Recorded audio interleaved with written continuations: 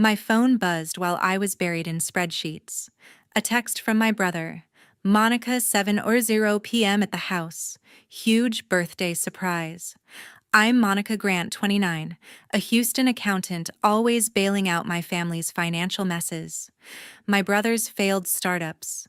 My mom's shopping sprees. My dad's bad investments. Surprises from them meant one thing: trouble. If it were you and you got a surprise message like this from your family, what would you do? Leave a comment and don't look away, because what happens next will shock you. I could have ignored it, but they'd just keep calling. So I drove to our family's Houston townhouse. At 7:05 p.m., I rang the doorbell. My brother flung the door open, grinning too wide. "Happy birthday, sis," he said, pulling me into a stiff hug. The living room erupted with surprise from relatives I barely saw their smiles forced. My mom handed me wine I didn't want. My dad's handshake felt like a warning. My aunt lingered, eyes uneasy. Then I saw a document on the coffee table, half hidden under a napkin. My pulse quickened, but I kept my cool. I'd seen their tricks before, slipping loan papers into family dinners. "Time for gifts," my brother announced, sliding the document toward me. "Just a quick signature, Monica, for the family's future." His voice was all charm, but his eyes were sharp. I picked up the paper, hands steady. The title read, Family Trust Agreement. Nice try, but I wasn't born yesterday. I smiled, leaning in like I'd play along. "For the family, huh?" I said. A heavy silence filled the entire room. My brother Kyle broke it first, his grin faltering. "What's that supposed to mean?" "Monica?" he asked, voice sharp but laced with fake confusion. I didn't answer, just tucked my phone away and stepped into the crowded living room. The air felt thick, like everyone was holding their breath, waiting for my next move. I scanned the faces: my mom poised as ever, clutching her wine glass a little too tight. My dad shifting awkwardly by the couch. My Aunt Diane hovering near the back, with a look I couldn't quite read. The coffee table sat in the center, that family trust agreement staring up at me like a dare. I forced a smile, the kind I'd perfected after years of dodging their schemes. "So, this is my big birthday gift," I said, picking up the document. My fingers brushed the crisp paper, but my eyes locked on Kyle. He leaned forward, all charm. "Come on, sis, it's just paperwork to keep things fair. You know, for the family's future." His words dripped with that practiced sincerity he used when he needed cash. My mom Cheryl chimed in, her voice smooth as silk. "Monica, honey, it's what your grandpa would have wanted, us all working together." My dad Philip nodded stiffly, avoiding my gaze. Diane stayed quiet, her fingers twisting a napkin. I flipped through the pages, skimming the legal jargon. It wasn't hard to spot the real intent. Buried in fine print was a clause to transfer my share of Grandpa Edward Stone's estate to a trust controlled by Kyle. My share. The one I'd been told was safe after his death last year. My chest tightened, but I kept my face neutral. They thought I'd just sign it away, caught up in birthday cheer. They thought wrong. "Let me get this straight," I said, raising my voice just enough for everyone to hear. I held the document up, pointing to the title. "This family trust agreement is me giving up everything Grandpa left me. Right." The room stirred, cousins exchanging glances, and Uncle clearing his throat. Kyle's jaw clenched, but he forced a laugh. "You're overthinking it, Monica. It's just to simplify things." "Simplify?" I echoed, my tone sharp. "Like how I simplified your last business flop by covering your debts." A murmur rippled through the guests. Kyle's face reddened, but he stepped closer, lowering his voice. "Don't make a scene, sis. Sign it. For Mom, for Dad, for all of us." Cheryl added, "We're family, Monica. Don't be selfish." Philip finally spoke, his voice gruff. "It's the right thing to do." I let the moment stretch, their words hanging in the air. Then I smiled wider, almost laughing. "You want me to sign, okay?" I grabbed a pen from the table, hovering it over the paper. Gasps escaped the crowd, some relieved, some confused. Kyle's eyes lit up greedy. But before the pen touched the page, I dropped it and pulled out my phone again. Actually, I said, my voice cutting through the room, let's talk about this instead. I opened Cynthia Ward's text, the lawyer I hadn't met, but whose name carried Grandpa's trust. I held the screen high, letting everyone see the words, "Don't sign anything." My Aunt Diane's eyes widened, her napkin falling to the floor. Cheryl's glass trembled. Philip froze. Kyle opened his mouth, but no words came out. I leaned forward, staring him down. "You thought I wouldn't notice," I said. "Nice try, Kyle." The room went dead silent, every eye on me. I left the house without looking back. The weight of their stares lingered as I drove to a steakhouse across Houston, where my best friend Brenda was waiting. I spotted her at a corner booth, her warm smile a stark contrast to the fake ones I'd just faced.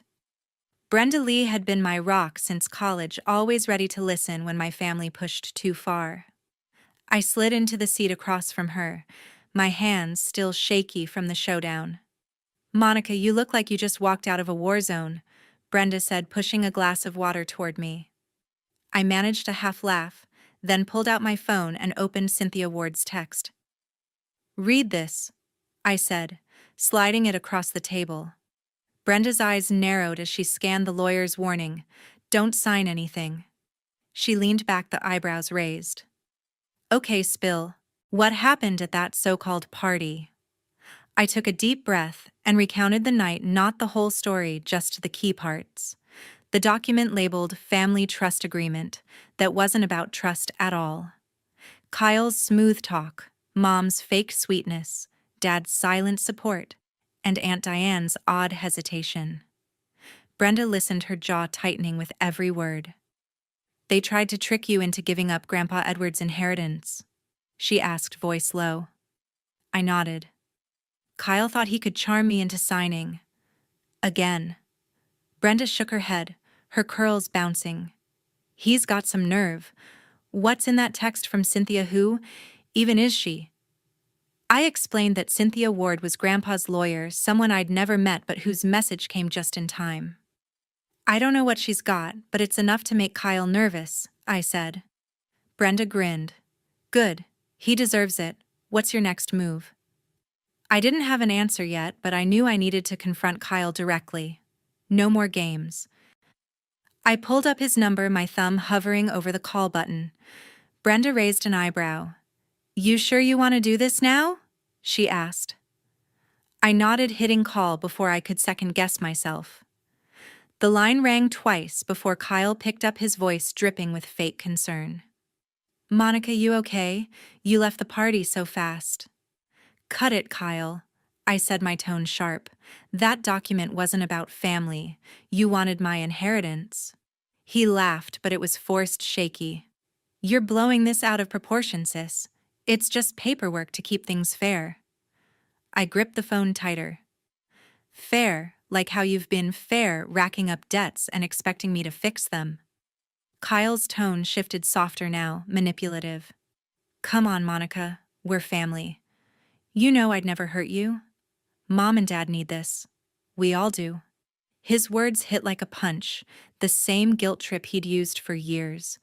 Brenda rolled her eyes, mouthing, "He's lying."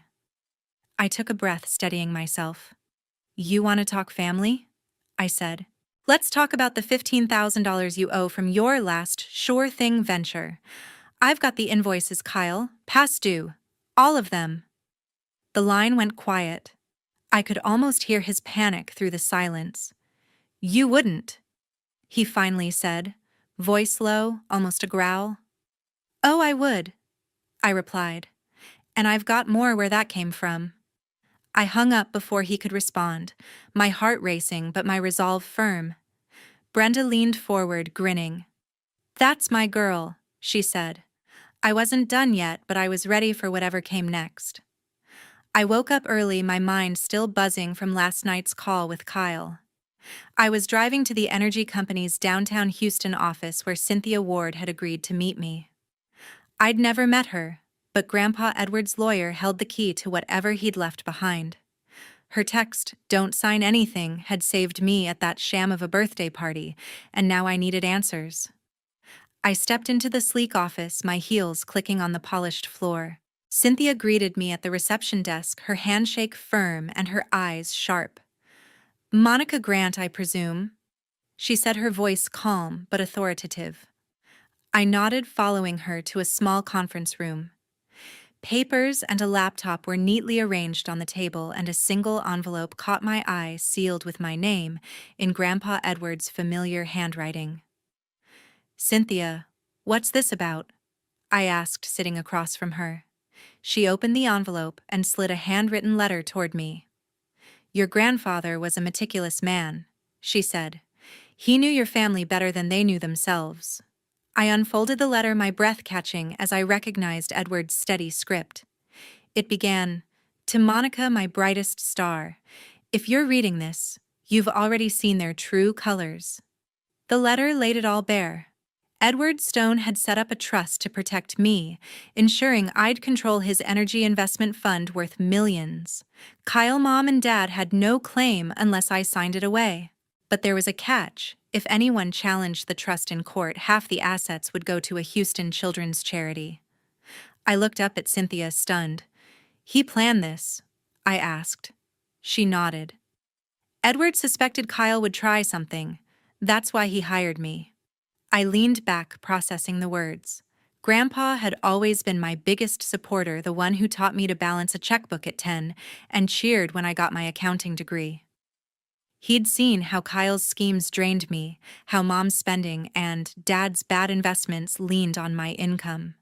This trust was his way of giving me a shield and a sword. Cynthia tapped her laptop, pulling up trust documents. "Here's the legal side," she said. "You have full control of the fund, effective immediately. Kyle's name appears nowhere, neither do Cheryl's or Philip's." She paused, her eyes narrowing. "But they'll fight this, Monica. That family trust agreement was their first move. They'll try again." I clenched the letter, anger flaring. "They've been trying for years," I said. "Kyle's debts, Mom's shopping, Dad's deals, I've been their bank." Cynthia's lips curved slightly. "Not anymore. Edward made sure of that." She slid another document across, a power of attorney giving me authority to manage the fund and block any challenges. I scanned it, my mind racing. "What's our next step?" I asked. Cynthia leaned forward, her voice low. "We prepare for their pushback. Kyle's desperate, and desperate people make mistakes. We'll use that." We spent the next hour strategizing. Cynthia suggested notifying the trust's board to lock Kyle out of any financial moves. We drafted a letter to the family stating my control and the charity clause, to be presented at a meeting later that day.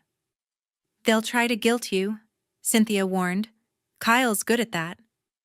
I nodded, thinking of his call last night, his fake pleas about family. "I'm done falling for it," I said. As I left the office, Edward's letter felt heavy in my bag. I wasn't just fighting for money, I was fighting for the life Grandpa wanted for me. I was back at my desk by noon, Edward's letter tucked safely in my bag. The morning with Cynthia had lit a fire in me, but I barely had time to process it before my office door swung open. My mom stood there, her designer purse clutched tight, her face a mask of concern. "Monica, honey, can we talk?" she asked, her voice soft, almost pleading. I knew that tone. Years of it had trained me to spot the act.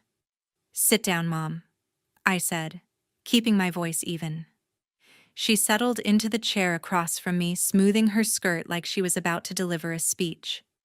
"I owe you an apology," she began, eyes glistening with what looked like tears.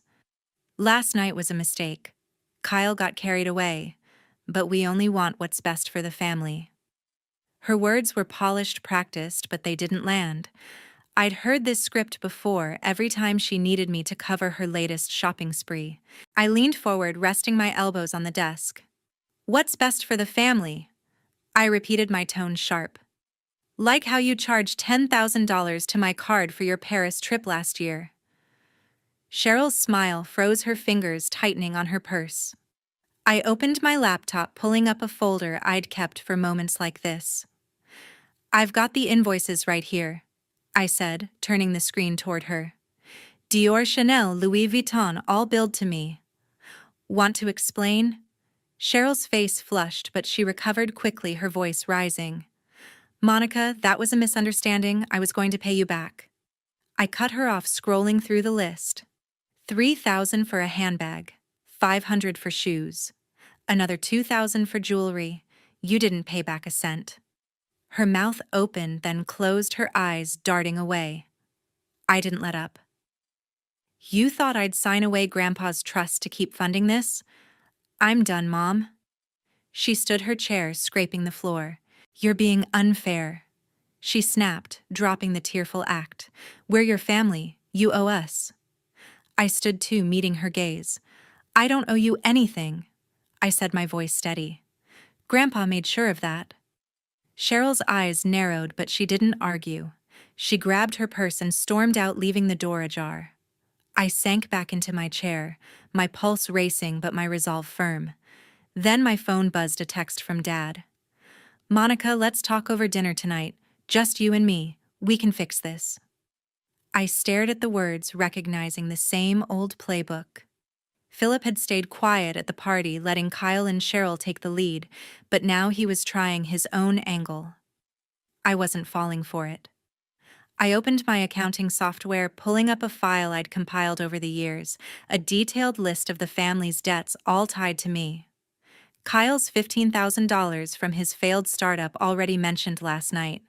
Cheryl's $20,000 in luxury purchases. Philip's $25,000 from a shady real estate deal I'd bailed out. I attached the file to a text and typed, "Dad, no dinner. Here's what you, Mom, and Kyle owe me. Stop manipulating me or this goes to a lawyer." I hit send, my fingers steady. Philip didn't reply. I leaned back, staring at the screen, knowing this wasn't over. I arrived at the company's conference room by 5:50 p.m., my laptop ready, and Edward's letter in my hand. The boardroom was set for the family meeting Cynthia had arranged, and I was done playing defense. Kyle, Cheryl, Philip, and Aunt Diane filed in, their faces a mix of defiance and unease. Cynthia stood by my side, her presence a quiet anchor. I powered up the projector, ready to end this. I started with Edward's letter, projecting it onto the screen. His words filled the room. "To Monica, my brightest star. If you're reading this, you've seen their true colors." I let that sink in, watching Kyle shift in his seat. "Grandpa knew you'd try to take what's mine," I said, my voice steady. "This trust gives me control of his energy investment fund. Not you, Kyle. Not Mom. Not Dad." Kyle scoffed, leaning back. "You're twisting his words, Monica. That fund's for the family." I clicked to the next slide, scanned financial records from Cynthia's files. "Really?" I said. "Then why did you try to transfer $50,000 from Grandpa's account last year, Kyle, without telling me?" The room tensed. Cheryl's eyes widened and Philip looked away. I kept going, showing receipts of Cheryl's $30,000 shopping sprees and Philip's $40,000 failed investments, all tied to my accounts. "Enough," Cheryl snapped, standing. "You're embarrassing us, Monica. We're your family." I held her gaze, unflinching. "Family doesn't trick me into signing away millions," I said. I clicked to the trust's terms, full control to me, with a clause that 50% goes to charity if anyone challenges it. "You want to fight this?" I asked. "Half goes to a Houston Children's Fund. Your call."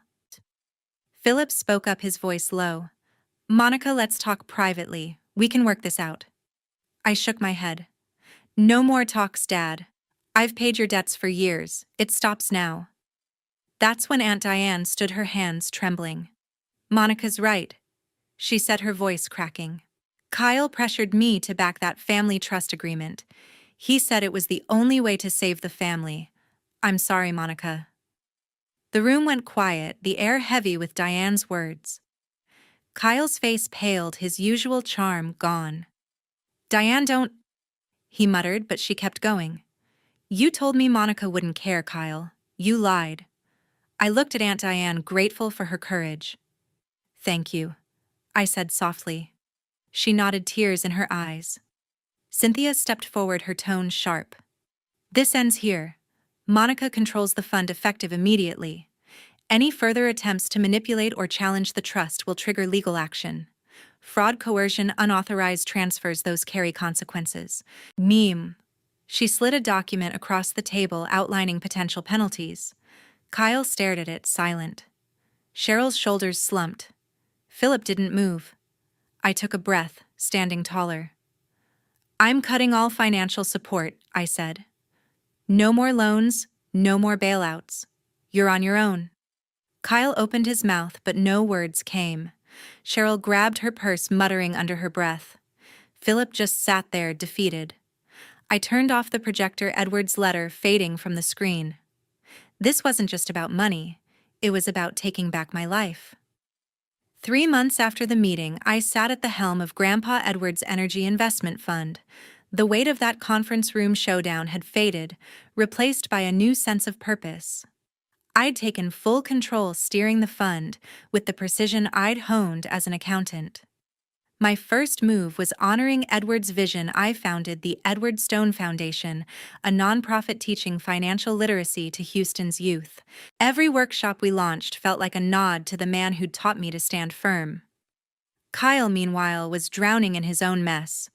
Creditors came knocking, filing lawsuits over the $15,000 he'd borrowed for his latest failed venture, the one I'd called him out on during our phone call.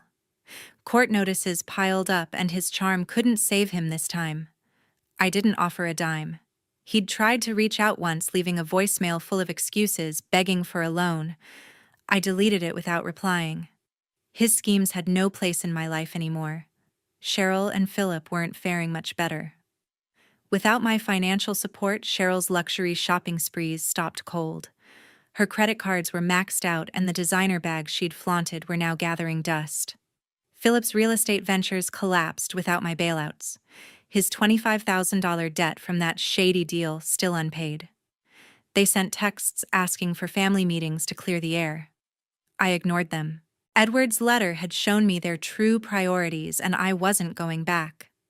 Aunt Diane, though, became my unexpected ally. After her confession at the meeting, we'd started talking regularly. She'd apologized again, her voice heavy with regret, for letting Kyle pressure her. "I should have stood up sooner," she told me over coffee one morning. I squeezed her hand. "You did when it mattered, Aunt Diane." We were rebuilding step by step, and her support meant more than I could say. Brenda, my rock, was there through it all. We met weekly, sometimes at the steakhouse where I'd spilled my heart after the party. She'd cheer every milestone: the foundation's first workshop, my first board meeting as fund manager. "You're unstoppable, Monica," she said one evening, raising her glass. I laughed, clinking mine against hers. "Only because you've got my back."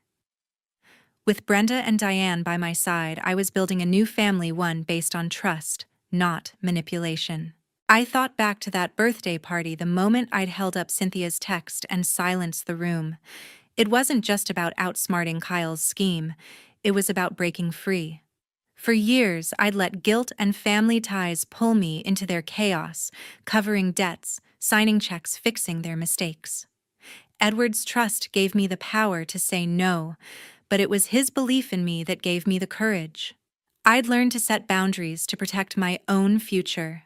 Financial independence wasn't just about money, it was about freedom. The Edward Stone Foundation grew, hosting seminars on budgeting and debt management. I spoke at one, sharing my story, not the details, but the lesson. Know your worth, I told the crowd. Set boundaries, plan your finances, and don't let anyone guilt you into giving up what's yours. The applause felt like Edward's voice cheering me on.